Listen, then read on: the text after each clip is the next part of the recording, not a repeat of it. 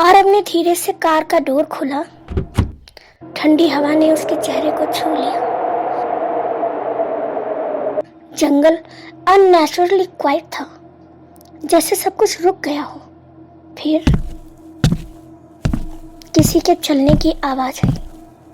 Aarav freeze हो गया। उसका हार्ट बीट इतना लाउड था कि उसे लगा जंगल भी सुन सकता है। हेलो, कोई है? नो रिस्पॉन्स, सिर्फ साइलेंस। फिर उसने देखा, दूर अंधेरे में एक लाइट ब्लिंक हुई। वो लाइट स्टेशनरी नहीं थी, जैसे कोई उसे पकड़ कर खड़ा हो या कोई उससे सिग्नल दे रहा हो। आरव के पास चॉइस नहीं थी, या तो कार में रुककर अननोन डेंजर का वेट करे या उस लाइट की तरफ जाए। उसने डिसाइड किया, वो लाइट ही उसकी लास्ट होप थी। 20 मिनट चलने के बाद वो एक पुराने वुडन केबिन के सामने खड़ा था। केबिन बिल्कुल साइलेंट थी। दरवाजा आधा खुला था, जैसे कोई रिसेंटली अंदर गया हो। आरव ने धीरे से दरवाजा पुश किया। अंदर डार्कनेस थी, और तभी उसने देखा टेबल पर एक फोन रखा था। फोन ऑन था और स्क्रीन पर मैसेज था, मत रुको। आरव का सांस रुक गया। दरवाजा खुद बंद हो गया। आरव शॉक में पीछे मुड़ा। कोई नहीं था। फोन वाइब्रेट हुआ।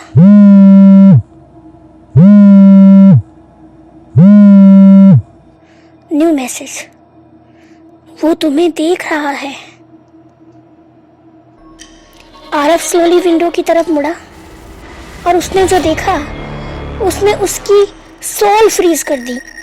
एक आदमी केबिन के बाहर खड़ा था, कंप्लीटली स्टिल, और वो सीधा आरव को देख रहा था। फोन पर लास्ट मैसेज आया, भागो अभी।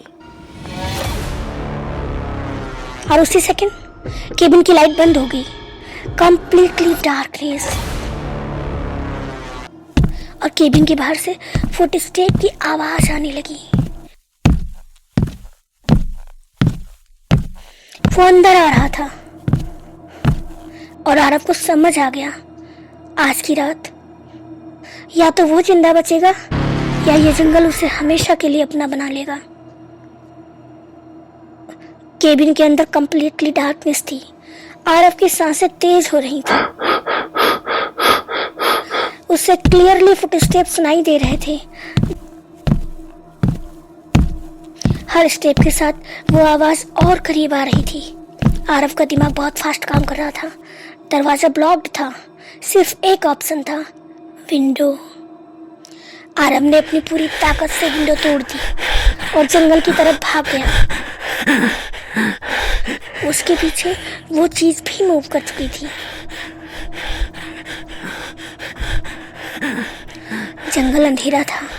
ब्रांचेज उसके चेहरे और हाथों को कट कर रही थी, पर आरव रुक नहीं सकता था।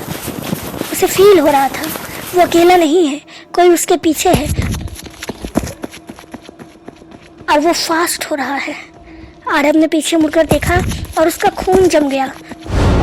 वो आदमी अब सिर्फ 20 फीट दूर था। उसका चेहरा अब भी क्लियरली विजिबल नहीं था, पर उसकी आंखें कंप्लीटली ब्लैक थीं, जैसे वो इंसान नहीं था। तभी आरव की पॉकेट में रखा फोन वाइब्रेट हुआ।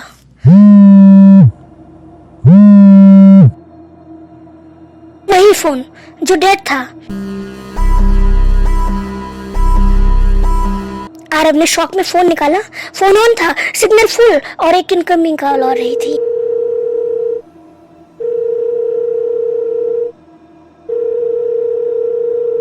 Unknown number.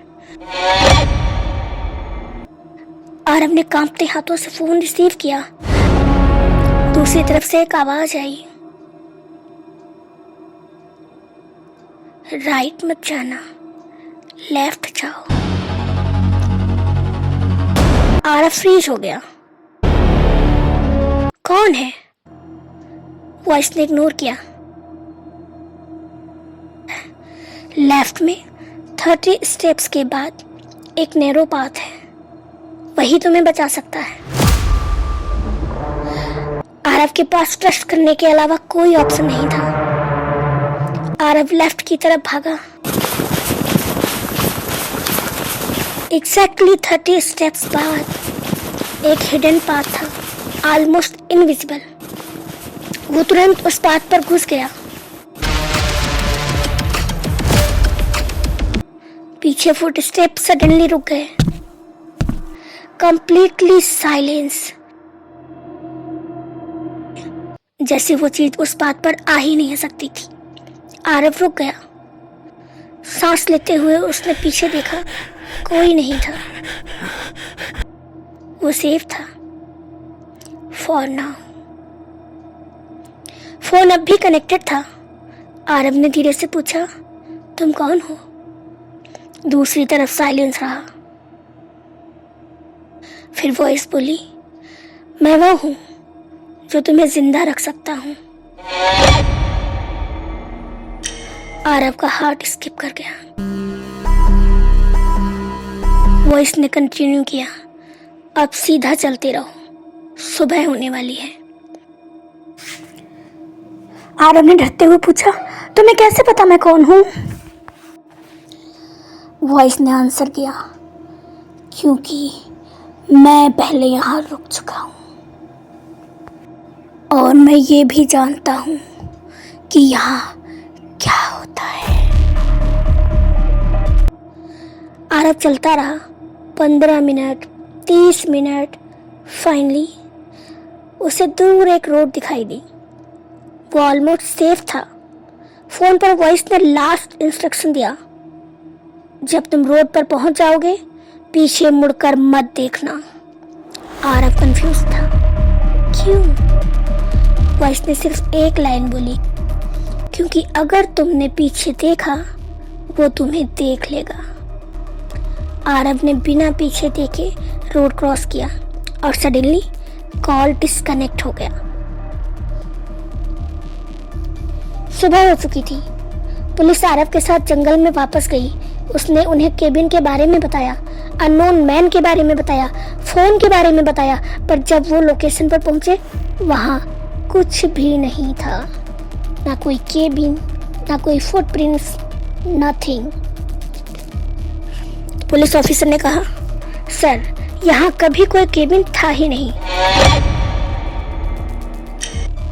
आरव कंफ्यूज हो गया। उसने इंसिस्ट किया, मैं झूठ नहीं बोल रहा हूँ, मैं यहाँ था, पर जंगल बिल्कुल नॉर्मल लग रहा था, जैसे कल रात कुछ हुआ ही नहीं। आरव ने अपना फोन चेक किया, कॉल लॉग ओपन किया, last incoming call unknown number. पर जब उसने डिटेल्स ओपन की उसका हार्ट स्टॉप हो गया। कॉल डेट थी 17 अक्टूबर 1998। आरव ने फोन ड्रॉप कर दिया। ये इम्पॉसिबल है। 1998 में वो सिर्फ 2 साल का था। आरव ने नंबर पर क्लिक किया। कॉन्टैक्ट नेम ऑटोमेटिकली शो हुआ, आरव शर्मा, उसका खुद का नाम। उस मोमेंट आरव को समझ आ गया, कल रात उसने किसी और से बात नहीं की थी। उसने अपने फ्यूचर वर्जन से बात की थी। उसका फ्यूचर सेल्फ उसकी जान बचा रहा था। टाइम ने खुद को रिपीट किया था और आरव अपनी ही सर्वाइवल स्टोरी का पार्ट बन चुका था। उस रात के बाद आरव की लाइफ कभी नॉर्मल नहीं हुई। कभी कभी उसे अननोन कॉल्स आते जिनमें कोई बोलता नहीं था, सिर्फ ब्रीदिंग साउंड होती थी। और आरव जानता था एक दिन वो खुद वो कॉल करेगा अपने पास्ट वर्जन को बचाने के लिए, क्योंकि साइकिल ऑलरेडी शुरू हो चुकी थी और कुछ साइकिल कभी खत्म नहीं होते। कभी कभी सबसे डेंजरस जगह जंगल नहीं होता, बल्कि वक्त होता है। और कभी कभी तुम्हें बचाने वाला कोई और नहीं होता, तुम खुद होते हो। पर सवाल ये, जब तुम्हें वो कॉल मिलेगा, क्या तुम उसको पर सवाल ये है, जब तुम्हें वो कॉल मिलेगा, क्या तुम उसे आंसर करोगे?